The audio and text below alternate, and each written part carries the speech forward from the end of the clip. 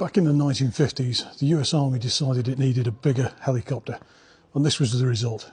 I mean, it came via the Ch47, which was the Sea Knight, but the Army said no, bigger, and that's why you ended up with the Ch47 Chinook. Similar to the Hercules, it had this like rear ramp configuration to make it easy to load. It had a huge cargo space, and its primary function was troop transport, cargo transport, and medevac.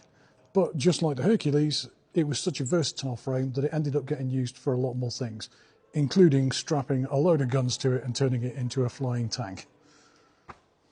At best, a Ch47 would have had a pintle-mounted machine gun here and on the opposite side, and later versions had another machine gun mounted in the back on the ramp. But the ACH-47 had two 20mm cannons down underneath the front. It had rocket pods, it had all kinds of guns strapped to it in all kinds of crazy ways, because go America.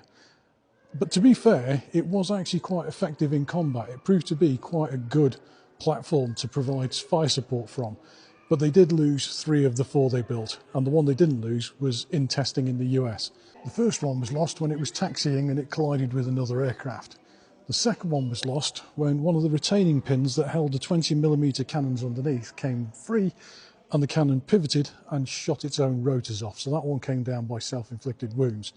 And the third one was shot down by enemy fire, and it landed and the crew survived and escaped, but then it was destroyed with mortar fire. In the end, although it was quite an effective platform, the expense of maintaining them and the fact that there was much more demand for these as cargo transports and troop transports meant that they discontinued the program. So it was a kind of success, but just too expensive. That said, it was such a capable airframe that it's still in production now as the CH-47J, and it's going to remain in service with the US military until 2060, which means it will have been in service for 100 years by the time it actually comes to the end of its life. If you enjoyed this video enough to watch it to the end, then thanks, I appreciate you watching it. If you're watching to the end because you're waiting to see if I'll actually reference the fact that that's Bravo November that I stood in front of, no, I'm not. And the reason is because I wanted to talk about the actual airframe, where it originated from.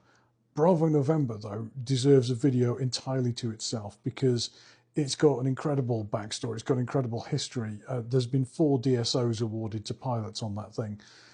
So I think I'm going to do another video, and I want to be able to focus on just that specific airframe rather than having to try and explain where Chinooks came from and everything all in one. So I appreciate your patience, and I appreciate if you watch this video, but no, I didn't mention it, but I will.